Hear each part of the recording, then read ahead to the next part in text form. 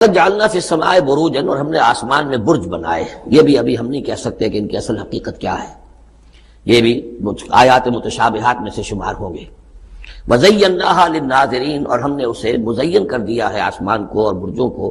دیکھنے والوں کے لیے، جو بھی ستارے نظر آتے ہیں، کیا رنگا رنگ نقشہ آسمان پر نظر آتا ہے۔ وحفظناها من کل شیطان رجیم، البتہ اب یہ وہ بات ہے جو ایمان بالغیب کے حوالے سے ہمیں ماننی ہوگی کہ ان ستاروں کا ایک کام یہ بھی ہے کہ اللہ تعالیٰ نے ان کو گویا کہ پہرے کی جگہیں بنایا ہے، ہم نے حفاظت کی ہے ان کی ہر شیطان رجیم سے، جو بھی شیطان مردود ہے اس کی طرف سے حفاظت کا یہ سارا سامان ہے کہ جو آسمانوں میں کیا گیا ہے۔ اب اس کے لیے آج میں چاہتا ہوں کہ وہ بات آپ سمجھ لیں اچھی طرح، کہ جیسے آپ آگے آ بھی جائے گا کہ انسانوں کی تخلیق جو ہے وہ تو یوں سمجھیے اس کائنات کے تخلیق کے اعتبار سے بڑی ریسنٹ شے ہے، بڑی ماضی قریب کی بات ہے۔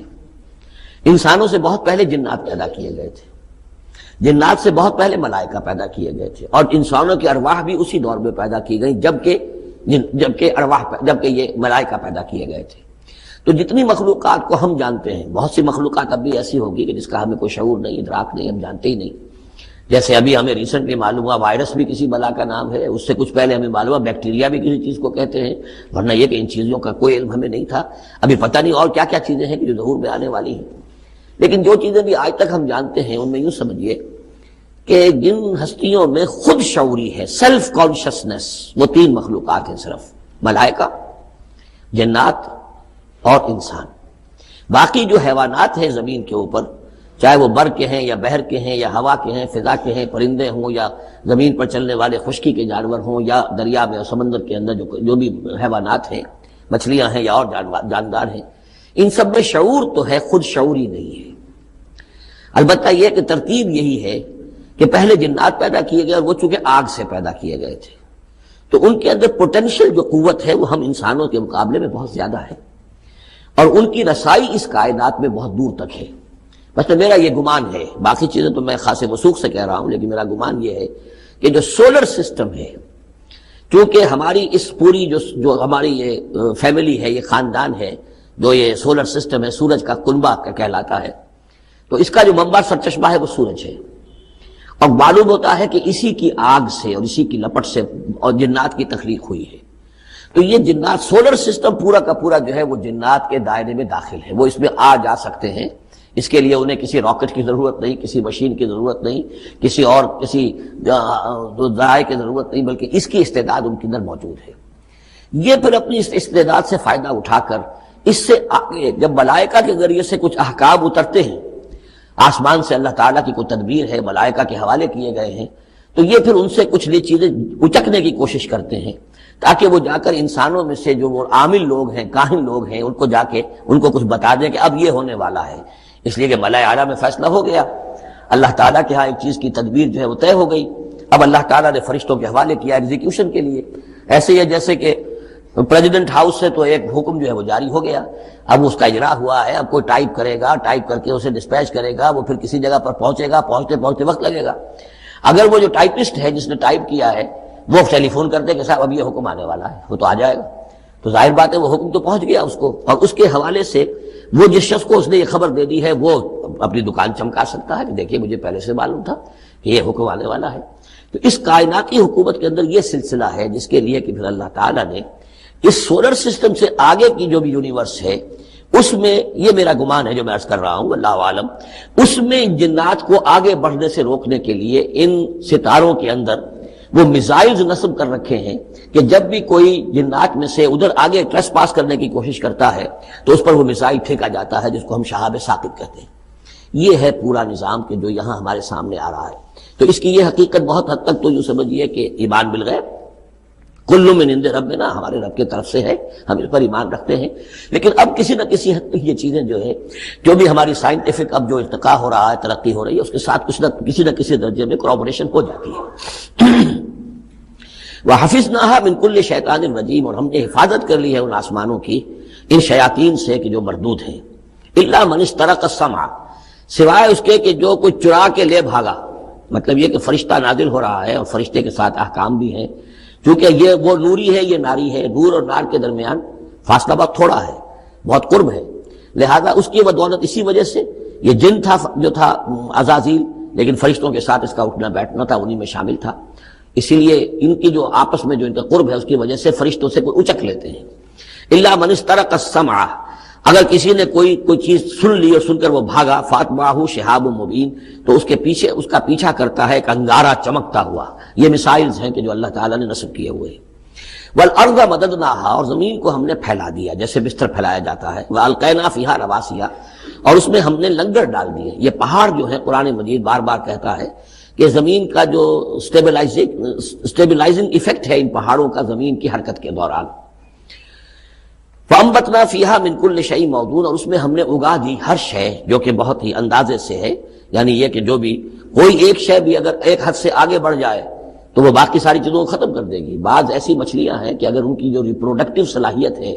جتنے ان کے انڈے ہوتے ہیں وہ سب انڈے جو ہے وہ مچھلیاں بن جائیں تو چند ہی سال کے اندر یہ زمین جو ہے اس سے کئی گنا حجم جو ہے وہ ایک مچھلی کی اولاد سے اور ایک مچھلی کی نسل سے وجود میں آ جائے گا۔ تو ایک کنٹرول کیا ہوا اللہ نے ہر شے کے اوپر، تمام چیزیں جو ہے وہ ایک اندازے کے مطابق، ایک وزن کے ساتھ، ایک اندازے کے ساتھ اس دنیا میں چل رہی ہے۔ من کل شیء موزون، ہر چیز جو ہے وہ ایک اندازے اور وزن کے مطابق ہے۔ اقبال نے کہا ہے نیست پیغمبر و لیکن در بغل دارت کتاب تھی اس کے پاس۔ جیسے کہ آپ کو معلوم ہے کہ محمد عربی صلی اللہ علیہ وسلم کا انقلاب اگر اسے ٹریس کریں گے تو وہ قرآن کے ذریعے سے وجود میں آیا، اتر کر ہرا سے سوئے قوم آیا اور ایک نسخہ کیمیا ساتھ لایا۔ بہرحال اگرچہ قرآن کا تقابل کرنا داس کیپیٹال سے یا داس کیپیٹال کا تقابل کرنا قرآن سے، یہ تو میرے نزدیک نامناسب ہے، لیکن یہ کہ آپ اس اعتبار سے ضرور نوٹ کیجئے کہ واقعتاً ایک کتاب ہے جس نے یہ عظیم انقلاب بولشوک ریولوشن برپا کیا۔ لیکن مارکس ہوں یا اینجل صاحب ہوں، دونوں رائٹرز تھے، بس مفکر تھے، انہوں نے اپنی کتاب لکھی جرمنی اور لندن میں بیٹھ کر، اور جرمنی اور لندن میں اس انقلاب کا کہیں وجود ہی نہیں واقع ہوا۔ وہ خود اپنی سرکردگی میں، اپنی قیادت میں کسی ایک گاؤں میں بھی انقلاب برپا نہیں کر سکے۔ انقلاب آیا کہاں؟ تیسرے تیواڑے اللہ میاں کے پچھواڑے کس قدر دور، روس میں انقلاب آیا، بولشوک پارٹی، مونشوک پارٹیز ان کے ذریعے سے، اور عین وقت پر چونکہ ایگزائل میں تھے، جیسے کہ خمینی صاحب ایگزائل میں تھے اور عین وقت پر آ کر انہوں نے جو ایران میں ہنگامہ جاری تھا اس کی قیادت اپنے ہاتھ میں سنبھال لی۔ اسی طرح عین وقت پر لینن آیا ہے اور اس نے آ کر قبضہ کیا ہے، ہائی جیک کیا ہے قیادت کو اور انقلاب برپا کر دیا۔ اس تناظر میں دیکھیے محمد عربی صلی اللہ علیہ وسلم ایک فرد واحد کی حیثیت سے اپنی دعوت کا آغاز کرتے ہیں، وہی فکر دینے والے، وہی دعوت دینے والے، وہی ہیں جو سٹریٹ پریچنگ کر رہے ہیں، مکے کی گلیوں میں گھوم رہے ہیں، یا ایھا الناس قولوا لا الہ الا اللہ تفلحوا، سٹریٹ پریچنگ گلیوں میں، جیسے حضرت عیسیٰ علیہ السلام سٹریٹ پریچنگ کرتے تھے۔ وہی ہیں جو کبھی اپنے رشتہ داروں کو جمع کر رہے ہیں اور ان کے سامنے دعوت پیش کر رہے ہیں کھانا کھلا کر، کبھی کوہ صفا پر کھڑے ہو گئے ہیں، بلند آواز سے آپ نے کہا صباحا اور لوگوں کو جمع کیا اور اپنی دعوت پیش کی۔ وہی شخص کہ جو فرد واحد کی حیثیت سے، ایک داعی کی حیثیت سے سامنے آیا، کل 22 برس میں اس نے پورے انقلاب کی تکمیل کر دی اور ہر مرحلے پر اس کی قیادت خود فرمائی۔ وہی سٹریٹ پریچر، غزوہ بدر میں وہی کمانڈر ہے، غزوہ احد میں وہی سپہ سالار ہے، وہی سٹریٹ پریچر۔ یہ جیسا کہ ڈاکٹر مائیکل ہارٹ کا میں نے حوالہ دیا، یہ نقشہ دنیا نے کبھی دیکھا ہی نہیں، کوئی اس کی نظیر ہے ہی نہیں، کوئی مثال ہے ہی نہیں۔ سٹریٹ پریچرز ہی رہ جاتے ہیں۔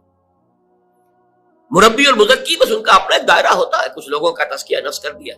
جو ان کے پاس چل کر آئے وہ بھی وہ آتے ہیں جو ان کی خانقاہ میں خود طالب بن کر آئے، ان کا کوئی تزکیہ کر دیں گے، کچھ اصلاح ہو جائے گا۔ یہ عمل ایک فرد واحد وہی فکر دے رہا ہے، وہی دعوت دے رہا ہے۔ دعوت کا آغاز کتنے میگر، کتنے میں وہ لفظ استعمال نہیں کرنا چاہتا، لیکن واقعہ یہ ہے کہ کتنے حقیر سے انداز میں ہو رہا ہے اور کیسی کیسی ناکامیاں سامنے آ رہی ہیں۔ پہلی مرتبہ جب حکم ہوا وانذر عشیرتک الاقربین، سورہ شعراء میں یہ آیت ہے، اے نبی ذرا اپنے قریبی رشتہ داروں کو خبردار کیجیے۔ حکم دیا حضرت علی کو، وہ آپ کے زیر کفالت بھی تھے، زیر تربیت بھی تھے، اور پھر وہی نوجوانی کا عالم تھا، تو گویا کہ گھریلو سامان لانا، اس کا بندوبست کرنا انہی کے ذمہ تھا۔ ایک دعوت طعام کا اہتمام کرو اور تمام بنو ہاشم کو بلا۔ اہتمام ہوا، تمام بنی ہاشم جمع ہو گئے، کھانا لوگوں نے کھا لیا، اب حضور کھڑے ہوئے اپنی بات کہنے کے لیے۔ تو کچھ لوگوں نے ہوٹنگ کی، کچھ نے فکرے چست کیے، کچھ نے شور مچایا، اور مجمع جو ہے وہ چلا گیا، اور حضور اپنی بات کہہ بھی نہیں سکے۔ تو یہ نہ سمجھیے کہ ایسا ہو گیا ہو کہ ادھر آپ نے آغاز کیا، ادھر کامیابیوں نے قدم چومنے شروع کر دیے۔ ہرگز نہیں، ہرگز نہیں، ہرگز نہیں۔ اہم ترین نقطہ جو ہے آپ کی انقلابی جد و جہد کا، اس کو نوٹ کر لیجئے، یہ خالص انسانی جد و جہد کی سطح پر ہوئی ہے۔ اس میں وہ سارے مراحل آئے ہیں جو کسی بھی انسانی جد و جہد میں آتے ہیں، ابتدائی ناکامیاں، ابتدائی مایوسیاں، محنت اور مشقت بے پناہ، اور نتیجہ کچھ بھی نہیں، کم سے کم ویزیبل نتیجہ، نظر آنے والا مرئی نتیجہ زیرو۔ لیکن حضور نے چند دن کا وقفہ دے کر پھر حضرت علی سے کہا اب دوبارہ پھر بلاؤ، پھر کھانے کا اہتمام کرو۔ اب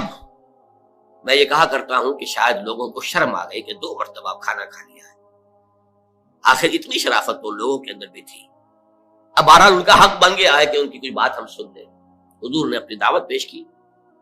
اور عظیم خطبہ ہے جو آپ نے، نہایت جامع، نہایت مختصر، نہایت مؤثر، لیکن اس وقت میں اس کی تفصیل میں نہیں جا سکتا۔ بہرحال اب یہ کہ لوگوں نے سن لیا، لیکن پورے مجمع کو سانپ سونگھ گیا، کوئی بول ہی نہیں رہا، چپ۔ حضرت علی کھڑے ہوتے ہیں، اور وہ پہلے سے اپنے تھے، وہ کہتے ہیں کھڑے ہو کر، اگرچہ میں سب سے کم عمر ہوں، اگرچہ میری ٹانگیں پتلی ہیں، اگرچہ میری آنکھیں دکھتی ہیں، یہ آشوب چشم کا عارضہ حضرت علی کو بچپن ہی سے تھا۔ معلوم ہوتا ہے ککروں کا جو مرض ہے، جو عام طور پہ بچپن سے شروع ہوتا ہے، جاری رہتا ہے۔ مختلف جنگوں کے موقع پر بھی تذکرہ ملتا ہے کہ حضرت علی کی آنکھ دکھ رہی تھی، تو حضور نے اپنا لعاب دہن جو ہے ان کی آنکھ میں لگایا، جس سے ان کو سکون حاصل ہوا، پھر وہ جنگ کے میں حصہ لے سکے۔ تو یہ معلوم ہوتا ہے کہ ٹرکوما کا جو مرض ہوتا ہے وہ شاید انہیں تھا۔ اگرچہ میں سب سے کم عمر ہوں، اور اگرچہ میری ٹانگیں پتلی ہیں، اور اگرچہ میری آنکھیں دکھتی ہیں، لیکن میں آپ کا ساتھ دوں گا۔ اور پورا مجمع کھلکھلا کر ہنس پڑا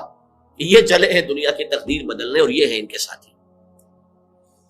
یہاں سے آغاز ہو رہا ہے، ذرا غور کیجیے۔